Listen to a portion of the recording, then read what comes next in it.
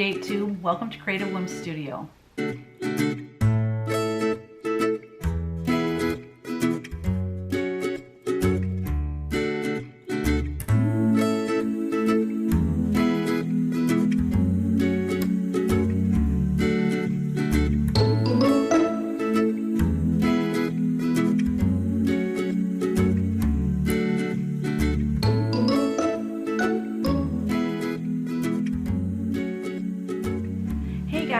I'm back. I took an extra week there.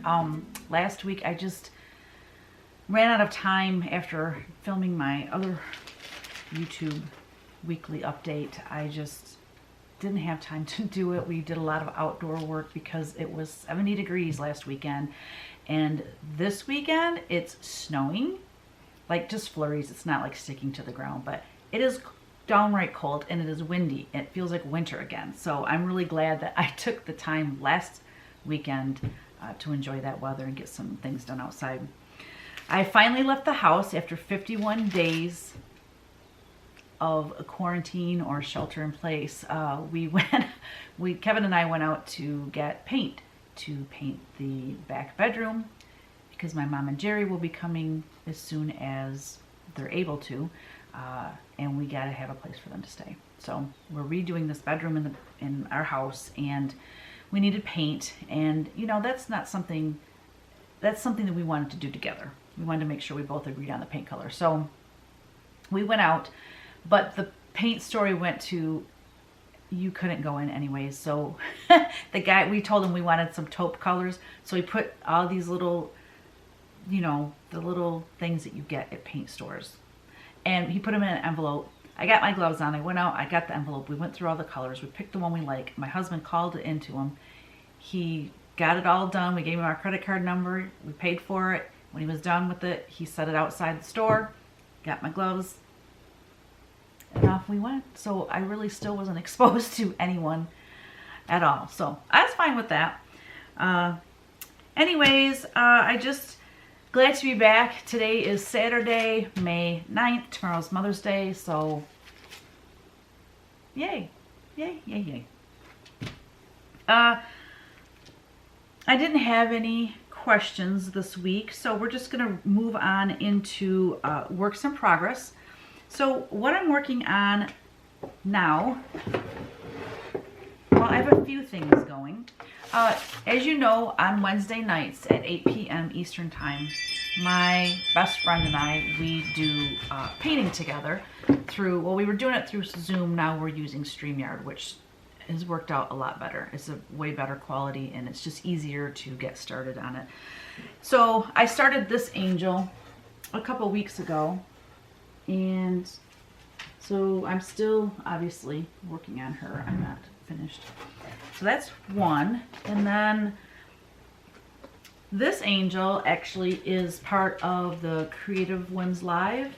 So CW Live is a painting class, I guess you could say. It's actually a membership where when you purchase the membership, you have 3 months of painting lessons with me. Every Tuesday night at 7 o'clock Eastern Time, I go live in a private Facebook group, and everyone gets to either paint with me, or if they don't want to paint with me and they want to just watch it as I'm doing that live, it's nice because we have interaction. They can ask questions, and then I post the video when we're finished, and then they can rewatch the video, watch the replay, and then paint their own angel. So she's a work in progress. This coming week we will get her finished up.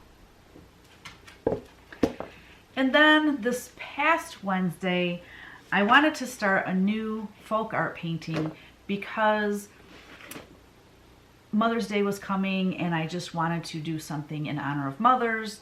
So I started a Pennsylvania Dutch kind of early American folk art painting, and it's an Abe Lincoln quote. The quote is, "All I am or can be, I owe to my angel mother." So I got a decent, let me hold it right. I have a decent start on this painting. The quote will be hand painted in the center. I have a long ways to go. I didn't quite get the entire, I wanted to get at least, you know, one coat of paint on the entire thing, but as you can see, the hearts in the 4 corners, I did not get that done. So that's another WIP. So I've got 3 WIPs going, which I love that. And then for finishes, I have, so I'm going to insert a picture of Lincoln's eagle that I was painting. It was Abraham Lincoln quote. It says, "Those who deny freedom to others deserve it not for themselves." And I loved painting this so much, and that's kind of what got me on this, getting back into painting some early American folk art, some Pennsylvania Dutch style paintings. So that was one of my finishes. And then here's our other finish. This was a lesson in CW Live. So we spent 2 weeks painting her. Her name is Beautiful You. And I actually am selling prints of this in my Etsy shop, and it's selling like hot cakes. I can't believe everyone loves her. So she turned out really cute. And all the students in CW Live, their little sheepies are so cute, and everyone was naming them like Petunia, and I can't even think of all the names, but they were coming up with the cutest names for their little sheep. And everyone did, I gotta turn this off, everyone did an amazing job on there, so that was a lot of fun to do with them. So I wanted to show you guys some previous paintings that I had done, and I thought, well, why don't I just walk around my studio and show you some things that I have hanging on my walls. So there's an Abraham Lincoln quote. That's a Pennsylvania Dutch style painting. I love painting that early American folk art look. That is Angelic Strokes tutorial painting. As you know, I love painting angels.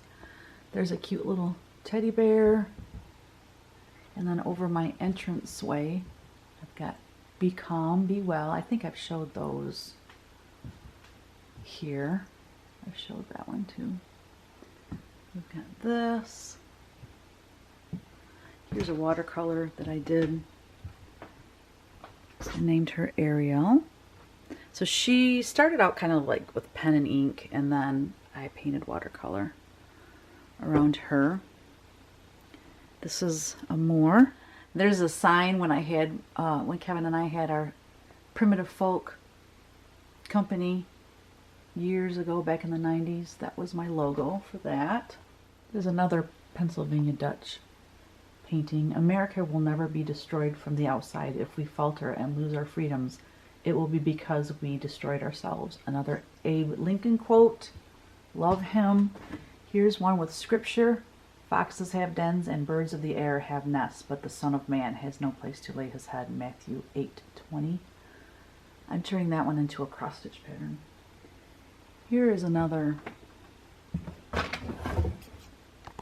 Here's another folk art, Pennsylvania Dutch look. Love that one. This one says, "Follow your passion." And then we've got home is not, or a house is not a home without a fur baby. And then we've got enjoy each day. And we've got open your heart. I love that one. I'll zoom in on it. You shall love your neighbor as yourself. Leviticus 19:18. This one is right over my desk, and I will never sell this painting because just I constantly look up and say thank you, Jesus, or if I'm needing help with something, I don't know, it's just I feel like I have the Holy Family looking over me as I work. That is a punched rug that I created, and there's the painting, the watercolor painting I created it from. Here's another watercolor painting. These are all watercolor originals. This is my older style of painting that I used to do. That was from my teddy bear calendar. Sweet Land of Liberty. So I painted that back in the 90s. It's kind of reminiscent of the Whimsy Chicks that I do now. I love her. And then down here we have, there's such a glare you can't really see. It says Liberty. When it begins to take root is a plant of rapid growth. Zoom back out.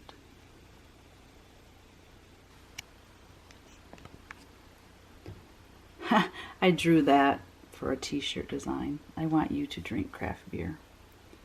I love that one. A friend's love cannot be measured. And just pictures of my boys when they were little. That's an older painting. That was when we had primitive folk. We're talking back in the 80s on that one. But it's mostly covered up with my linen. And then I have Summer Bouquet. And I've got these cute little figurines that were created from my teddy bear calendar. That was back when AmCal used to do it. And that one's hard to see. But that's actually just a print that I framed because I loved that frame so much. Here's a little print of my artwork. A little picture of the boys with Santa Claus. And then in that case, I've got some figurines that I made with Sculpty clay. There's such a glare, it's really hard to see. And then here's an angel that is right by my entrance door into the studio. She's really tall, and I love her. But that was from Nemdeco. There's a little cow painting that I did. So there's Wren and the Willow. That was part of a folk art calendar that I did years ago. Here's a sign I made, rug hooking my daily dose of fiber. And then I painted that primitive sign too. And then over here are just some cute little bear. This was actually for a calendar too. It was like a little pocket calendar. Well, it was a full-size calendar, but at the bottom it had a pocket where you could put cards or, you know, appointment cards or, anyways, these were what the artwork was on the pockets. So that says, may your sorrows be patched, your joys be quilted. I love that. And then that one with the teddy bears riding the bunnies. Here's a watercolor original. Come to the table of plenty. And as you can see, I love longer wicker baskets. I have way more of them than any one person should have. Well, that's it. Okay, so I have some haul, but since it was like 3 weeks worth of haul, I didn't want to drag everything back out. So as things come in, I'm just doing quick videos of them. So I will insert that here. This week's haul from Dick Blick, I purchased some things to make texture in my acrylic paintings. These are actually made for clay, making texture in your clay pieces, but there's no reason that you can't stick that in your acrylic paint. Sorry for the glare. Stick that in your acrylic paint and then press it onto your canvas or whatever it is you're working on. That's not showing up real good. Sorry about that. And then I also got these. These are like rollers. These are like paintbrush rollers. But then this one is koi fish. I'm not sure I'll use much of that. But they're just fun textures. Roll it in your paint.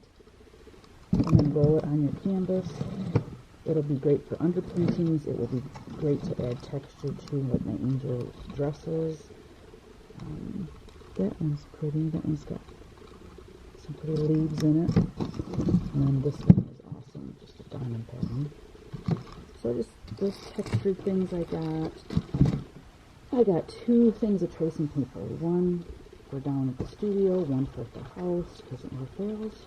Wherever I'm at, or what I need is at the other place. And then I got, 5 watercolor pads, 11 by 15. This is 140 pound. It says cold press, but there's not much texture to it, so I'm not sure if I'm going to actually like this. I always paint on 140 pound cold press watercolor paper, but I normally use either Arches or Winsor Newton, but they didn't have them in these. They have them in blocks where they're sealed around the edges, but I like them. I like to be able to open them and just leave my paintings in there and put through them.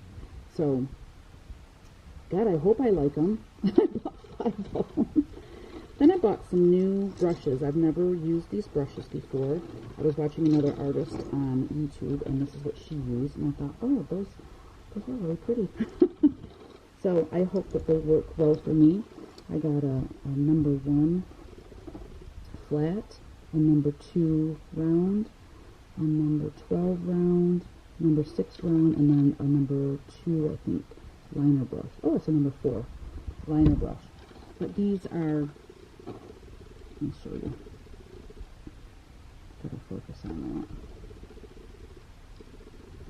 that. Anyways, they're Princeton brushes, and they're called Snap.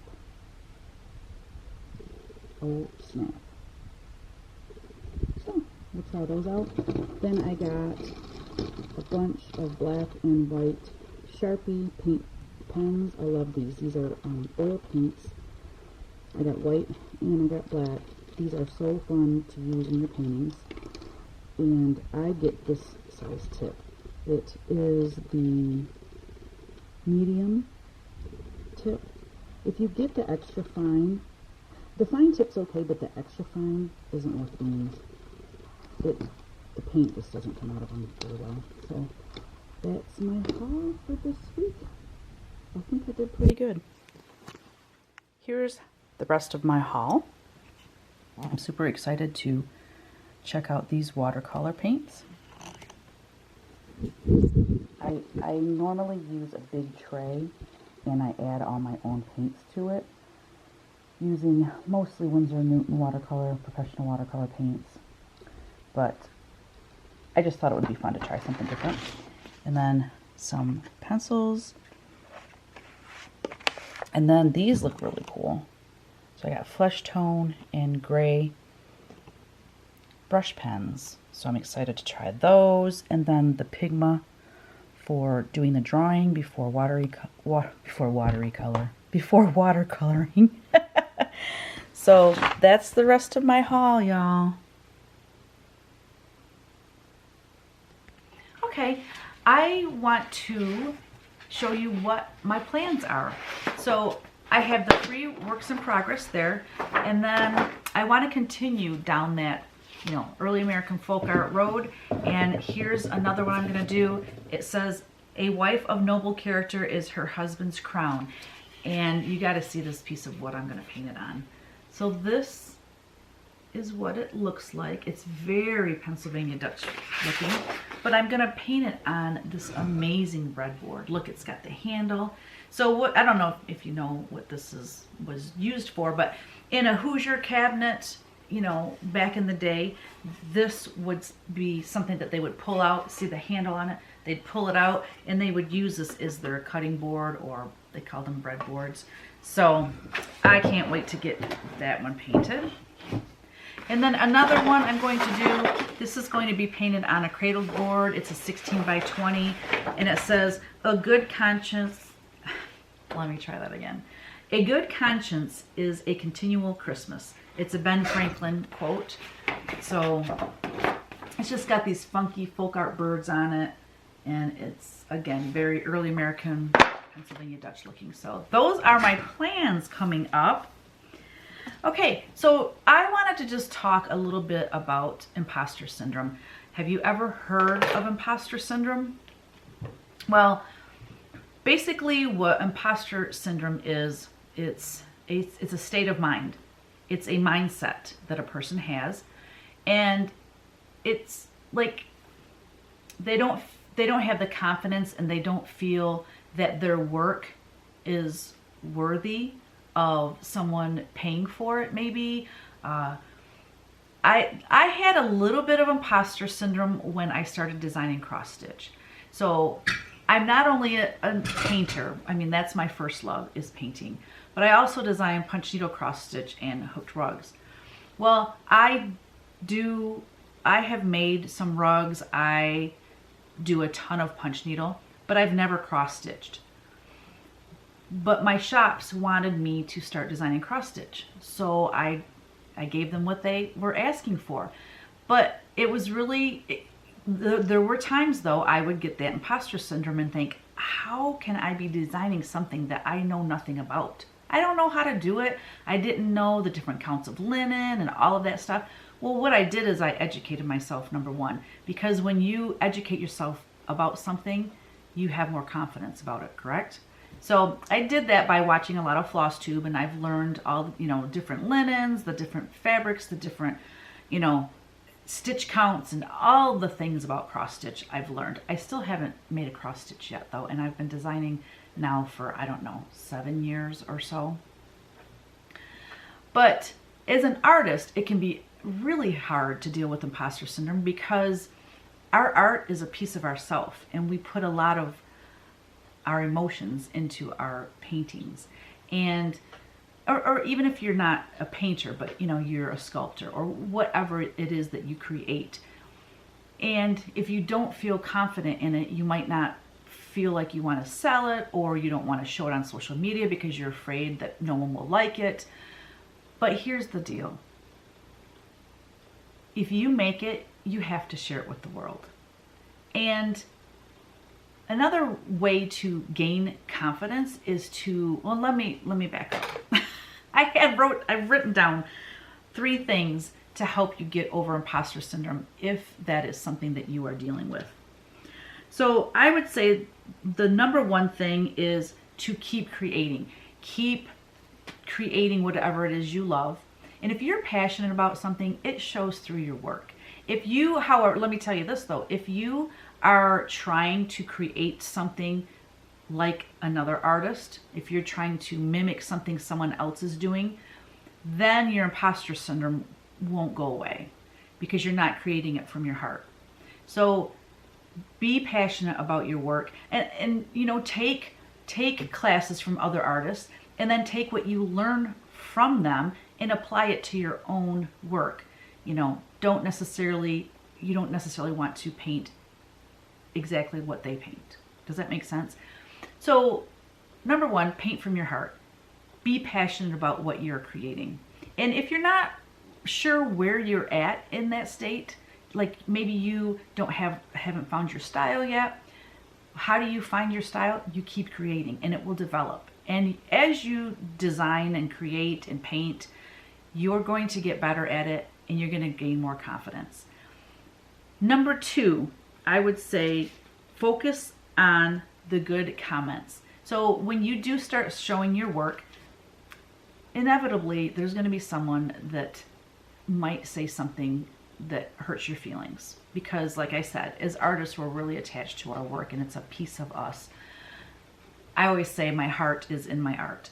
So you might get 10 great comments. Oh my gosh, this is so pretty. Oh, I love this, you know, and then you get 1 bad comment and you focus on the bad comment. Don't do that to yourself. Don't do that to yourself. Focus on all the positive ones and ignore the other people. Here's the thing. Your art is not going to appeal to everybody on the planet. It's just not going to happen. You need to find your tribe. You're going to find people that are like-minded and like the same things you do. Therefore, they're going to like your art. But you can't find them unless you are out there showing your work. Okay? So and it takes time, you know, be patient with yourself, but be persistent. People will show up for you if you are persistent and, what's the other word I'm looking for? If you are consistent. Like, make a post at least once a day, showing your work in progress, or, you know, showing something else that you painted in the past, or, you know, but you know, you've got to be consistent and you've got to be out there so that people don't forget about you. And then number 3, I think in order to, if you are dealing with, you know, self-doubt and not feeling like you're worthy to be selling your work, read stories about other successful artists. Oh my gosh, that will help you tremendously. Because especially if, I think this happens too with artists that maybe aren't classically trained. You know, some artists go to, you know, college for 4 years for fine art, and they go to, you know, only sell to galleries or something like that. We're not all cut from the same cloth, and you need to find what works for you. So maybe you just love to create. I will do my best to put some links below of some artists that you could follow and learn about their story. Listen to them. Oh, and podcasts. There's a lot of really great interviews with artists and stuff, and they talk about how they became successful, and that will help you as well. So that's all I have for this week, guys. Thanks so much for being here, and if you could please like, subscribe, and share. Oh, I would really appreciate that. And if you have any questions, I'm an open book. I will share any of my knowledge with you that I can. So don't forget, create every day. Bye.